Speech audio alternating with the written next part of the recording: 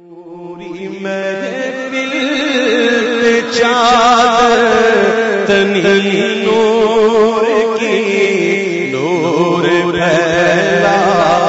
ہوا آج کی رات ہے۔ بات یہ ہے کہ قرآن مجید میں جو لفظ ہے وہ ہے عبدی ہی، تو عبد کا اطلاق جو ہے وہ جسم و روح دونوں پہ ہوتا ہے۔ مطلب یہ ہے کہ عبد نہ خالی جسم ہوگا نہ خالی روح ہوگی۔ ویسے تو لغتاً تو ہو سکتا ہے کیونکہ ہر چیز اللہ کی مخلوق ہے، جسم بھی اللہ کی مخلوق ہے، روح بھی اللہ کی مخلوق ہے، تو ہو تو سکے گا، لیکن یہ کہ انسان نہ روح کے بغیر کچھ ہو سکتا ہے اور نہ جسم کے بغیر۔ تو بات یہ ہے کہ اللہ نے کتنے پیار سے، آپ اندازہ کریں کہ سبحان الذی اسریٰ بعبدہ، اپنی پاکی کا اعلان فرمایا کہ وہ ہر عیب سے منزہ ہے، جس نے اپنے بندے کو مسجد حرام سے مسجد اقصیٰ تک کی سیر کرائی۔ اب جہاں تک معراج شریف کی بات ہے تو معراج شریف میں جو کچھ ہوا اس میں احادیث معتبرہ اور احادیث مستندہ جو ہیں اور احادیث معتمدہ جن پر اعتماد کیا گیا، صرف انہی کو اگر جمع کر لیا جائے تو اچھا خاصا آپ کا دفتر بن سکتا ہے۔ تو لازمی بات ہے کہ یہ ذکر جو ہے وہ یوں ہی نہیں ہے، جتنا جتنا آپ اس ذکر میں آگے بڑھتے جائیں گے نبی کریم صلی اللہ تعالی علیہ وسلم کی محبت آپ کے دل میں بڑھتی جائے گی۔ تو حضور کی محبت بیدار کرنے کے لیے معراج شریف کا ذکر کرنا اور معراج شریف کے ذکر کے لیے اجتماعات کا کرنا یہ سب مباح ہیں، اور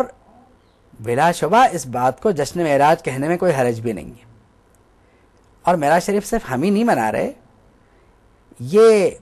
مختلف زمانوں میں رائج رہا ہے اور بزرگوں نے اس کو منایا ہے۔ بلکہ آپ سے میں عرض کروں کہ لوگ عام طور پہ یہ کرتے ہیں، رات کو تو وہ تھوڑی بہت عبادت کر لیتے ہیں یا جو کچھ بھی کرتے ہیں، 27ویں کا دن جو بہت اہمیت کا حامل ہے۔ اگر آپ ابن عباس رضی اللہ تعالیٰ عنہما کا معمول دیکھیں جو کہ غنیۃ الطالبین میں ذکر ہے، کہ غنیۃ الطالبین میں روایت ہے کہ حضرت ابن عباس رضی اللہ تعالیٰ عنہما 27 رجب کو اعتکاف میں بیٹھ جایا کرتے، اور اعتکاف میں بیٹھنے کے بعد تقریباً ظہر تک تو آپ نماز میں مصروف رہتے، اور پھر عصر تک آپ دعا کرتے، اور پھر آپ نے ایک موقع پہ یہ فرمایا کہ یہ حضرت رسالت مآب صلی اللہ تعالی علیہ وسلم کا معمول تھا۔ تو کبھی کبھی ایسا بھی ہوتا ہے کہ کسی عمل کے پیچھے کوئی حدیث پوشیدہ ہوتی ہے جو ہمیں نہیں معلوم ہوتی،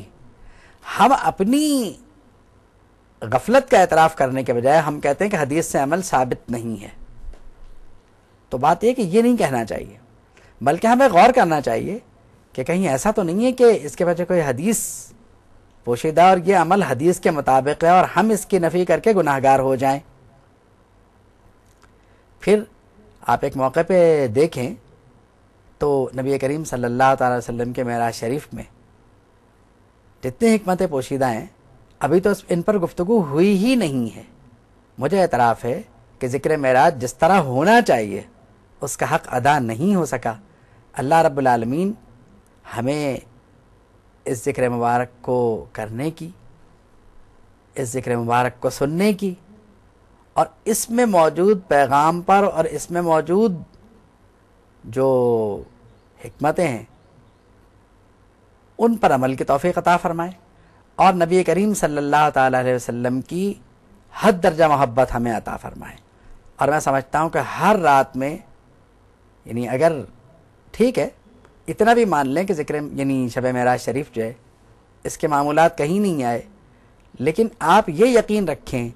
کہ آپ اللہ سے خلوص سے جب بھی دعا مانگیں گے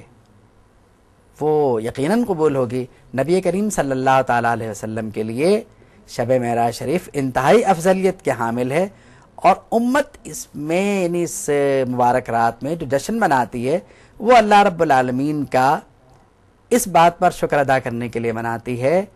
کہ ہمیں ایسے نبی کی امت میں بنایا جس کو اللہ رب العالمین نے یہ فضیلت عطا فرمائی۔ وآخر دعوانا ان الحمد للہ رب العالمین.